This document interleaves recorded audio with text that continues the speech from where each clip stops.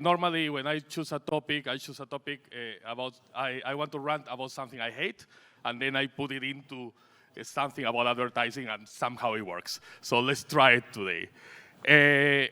Everything started a long time ago about this topic with this photo of a woman in bikini that I took. It was a poster, and I took it to the agency where I was working a long time ago. Not because I normally take photos of women in bikini to work. It's because it was the year 2002, and at that time, it was the most realistic CGI photo that existed.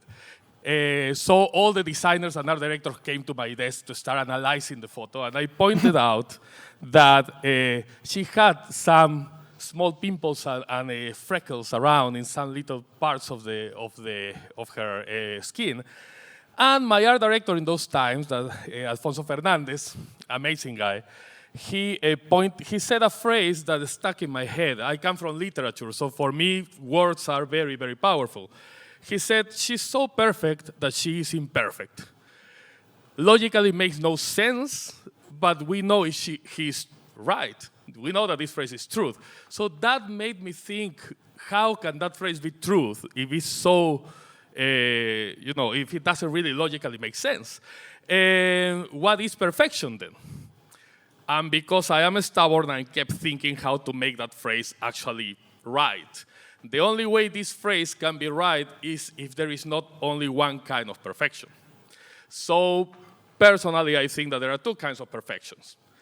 The theoretical perfection, that is aspirational, is ideal, that you will never reach. And it fits into the parameters that everybody agrees that are perfection. And we have the realistic perfection, that are the ideal brought to reality. You see, we may consider, what we may consider theoretically perfect never works in reality. Basically because it doesn't exist. It can't exist in reality. And this brings a problem, a misunderstanding. The misunderstanding is that we chase theoretical perfection and forget that we can only reach, be realistically perfect, no more. Sounds weird. The best example I have, and the most obvious example, is this woman. She's a real woman, she exists. She ticks all the boxes. I mean, theoretically, she is perfect. Perfect jawline, prominent cheekbones, thick lips, very firm and round boobs. Ticks all the boxes, but doesn't work. You understand? That's what I mean. She went for theoretical perfection, and it doesn't work. That's not how you have to think. And we, of course, we think that we will never do this, but we do this in another aspect. And it's something that I call the dehumanization of the professional being. We all do this, or most of us. Recruiters look for theoretically perfect candidates to hire, to give us candidates for a job. And they use some tools. We know that we are not perfect, so we see the tools, we learn the tools, and then we fake it. That's what we all do. So we read these articles, like tips for getting a job, which words not to say in a job interview, how to write a desirable CV, how your photo of LinkedIn should be so that everything is perfect.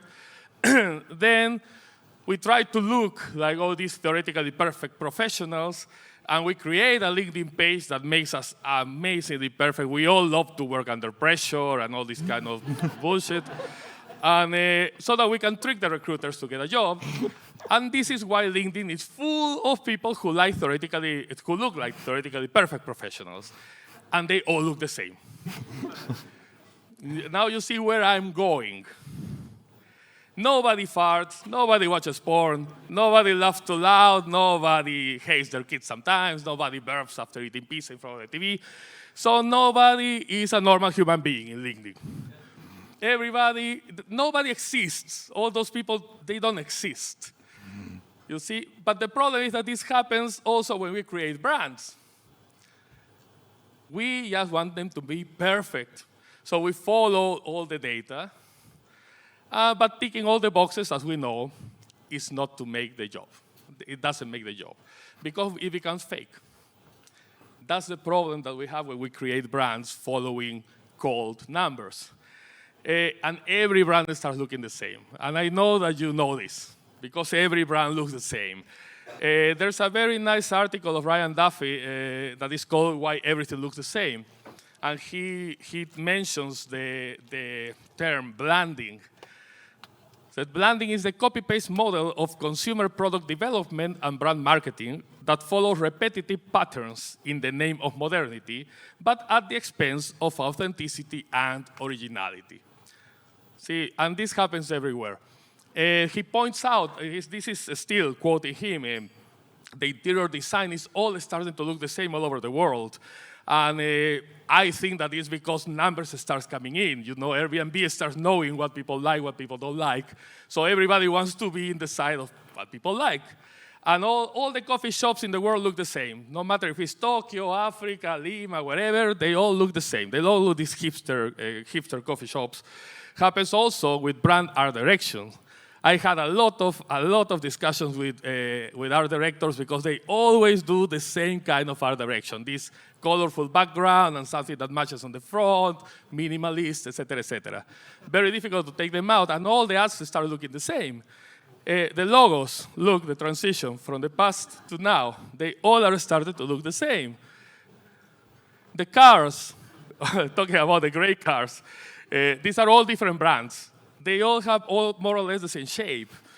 The websites are all looking the same logic, the same structure, etc., etc. And also restaurant menus, influencers, they look the same. They all look like Kardashians. Video streaming applications, social media apps, now everybody has stories, for example, etc. Everything starts looking the same.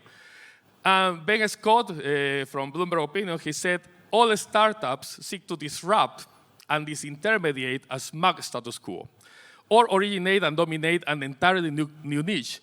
But what makes a brand is duality, claiming simultaneously to be unique in product, groundbreaking in purpose, and singular in delivery, while slavishly obeying an identical formula of business model, look and feel, and tone of voice. So yeah, everybody says I'm original, but actually they never do the original part. And that's the problem. Theoretical perfection is not original. Because if you obey the same numbers, if everybody obeys the same numbers, everybody gets to the same point.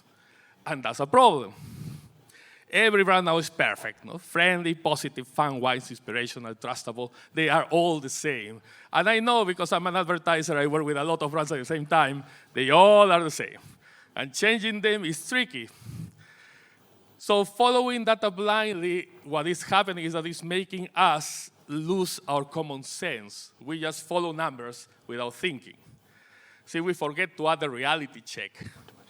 And again, you saw this a little bit earlier. We forget that our brand should stand out. We know that everybody knows that as the basics of branding, but still they push us to follow the same numbers. So what, nobody cares about this anymore? I mean, this is the basic thing. We have to make the brand different. See if that numbers are more important. So the big mistake, personally, I think that the big mistake is to think that data knows more than us about human beings. That's it. We are human beings. We should know more than data. Data should polish your common sense, not replace it. So how many people see the data and think, why people do this? Why 30 seconds video in Facebook? Nobody could ever have answered that to me when they tell me, no, your video has to be no more than 30 seconds. Why? Because the numbers say that people don't watch more. Why? And that's it. They don't know why people don't watch more. And there's a reason. And if you get to that reason, you won't care about the 30 seconds anymore. But you have to do the exercise. Numbers are misleading. When I studied statistics in the pre-grade and then in the master degree. In the master degree, there were no equations. It was all about interpretation of numbers. And they tell you the numbers don't have the truth. You have the truth. The numbers help you to reach the truth. And that's the problem. We just follow them blindly. We reach the same classic situation. Human beings, best friends, are other human beings. And humans are imperfect. if we want our brand to be a human being friend, they can't be perfect. And everybody seems to be proud of being imperfect. And you see all these memes going around. We all have seen them, we all have shared them, we like them, we talk about them. Me waking up to alarms every 5 minutes. Me after working 15 minutes. Oh, I deserve it, hard day. Work on Friday, classic, no? That can wait until Monday, that can wait until Monday, everything can wait until Monday. We know this, we do this, we think this. Never do work, never make mistakes. That's my favorite one. We all know this. We see this, we laugh at them, we like them. Try to find them in your LinkedIn profile now. Then you understand the schizophrenia that we're living, you see? So when you make it imperfect, you actually make it human. That's the point. And I have a small story for you. Long time ago, I was in Bali, literally with my coconut in my hand, and I received a call from a journalist. I didn't understand why. And he asked me about this campaign for Vilnius that for some reason. And I told him the only campaign I know, like the one you're telling me, is one that I did with my students long time ago, 2 years ago. And that's it. I mean, this is for their portfolio, no? And he told me, I think that you should check your social media, because I was disconnected. So I checked, and it was everywhere. It was a brutal viral. And I thought, what happened here? I mean, it was everywhere. And then they called me to tell me that the client, the municipality, wanted to buy the campaign. So they bought the campaign, they made it official. I never expected them to make it official. So the campaign was very brave because it was a student's campaign. Normally, students' campaigns are very brave because the client is not there to approve it. There's no money involved. Nobody's being damaged. And everybody, oh, what an amazing campaign your students did. So I want to hire your student, and then they don't let them do the campaign. So they bought the campaign, and the campaign, as you may know, is this one.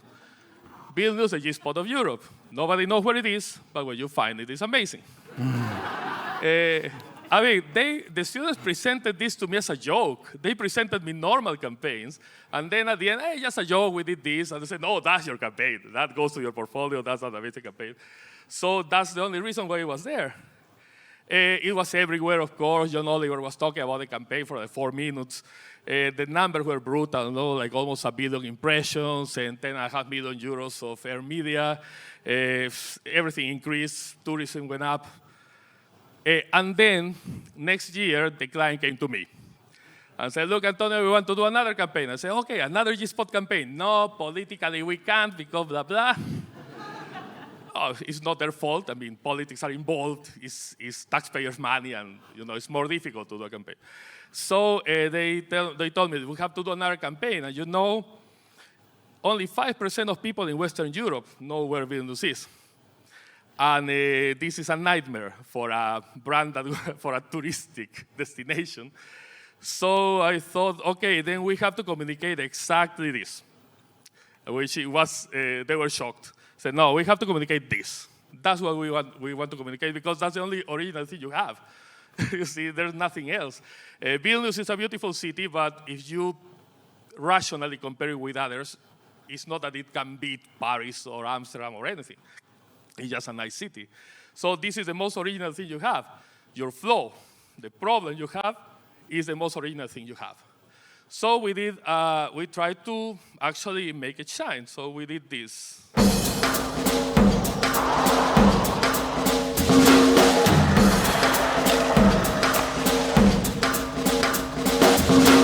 Wait, what, sorry? Vilnius.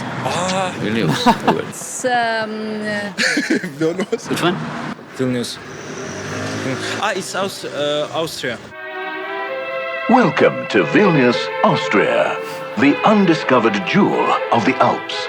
Vilnius is characterized by having most of its landmarks just a few minutes away from each other by foot.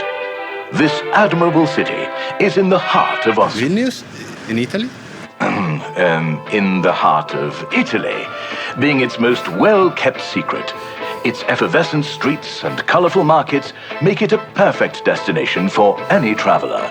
For obvious reasons, Vilnius is the pride of Italy. Finland? I mean, the pride of Finland. Vilnius's old town, considered one of the biggest in the region, is crowned by the majestic Gedimino Tower, where travelers like this young fellow, hello there, buddy, can have the same view that the old ruler of Finland, the old ruler of Venezuela. Sweden? I mean, Sweden. Belgium, Oh, okay. Ethiopia, Of Ethiopia. Romania. What if I told you that Vilnius is the capital of Lithuania? Oh, would never know. Yeah? There you go. Yeah, okay. Yeah, that's right. Yes! Welcome to Vilnius, Lithuania.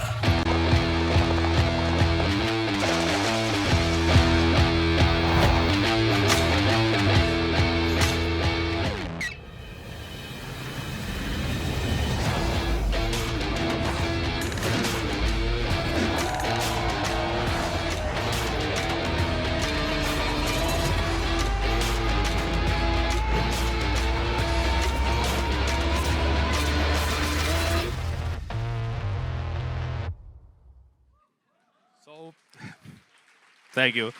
So we flooded the London Underground with these posters of Vilnius in imaginary places. Vilnius, amazing, wherever you think it is. We did a web page of whereisvilnius.com, underwater or another planet. And in the web page, you have to guess where is Vilnius within the map. Nothing. And then Christmas came, and we barely had money, but the client wanted to do something. So I thought, okay, let's do a Christmas carol inspired in all the wrong answers that people give about Vilnius. So with all the little money we have, we put it together, a camera bag, go around, we hire a choir, and we did this little thing.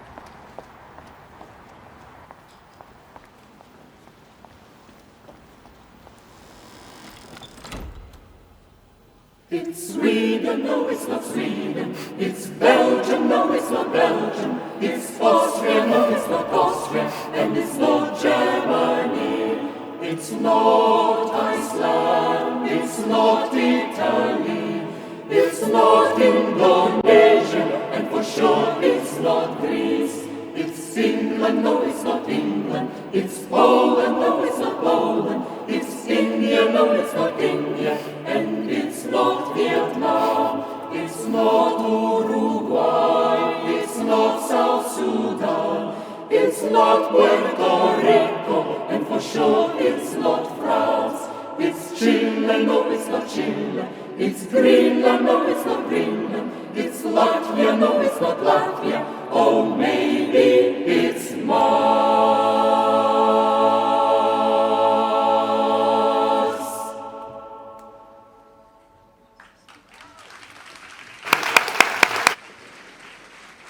No, thank you. So my point is that a perfect brand will have hidden this fact that nobody knows where the city is. But a human brand embraces its flaws, and that makes it communicate with people easier. It's easier also to have more original flaws than virtues. The virtues are all the same, the flaws are all different. So it's much easier to be original if you embrace your flaws. And coming back to this little woman, real perfection is imperfect. You see, that appeals more to our empathy with others. That's why the brand feels closer when it's imperfect. So that's, for me, the power of imperfection. Thank you very much.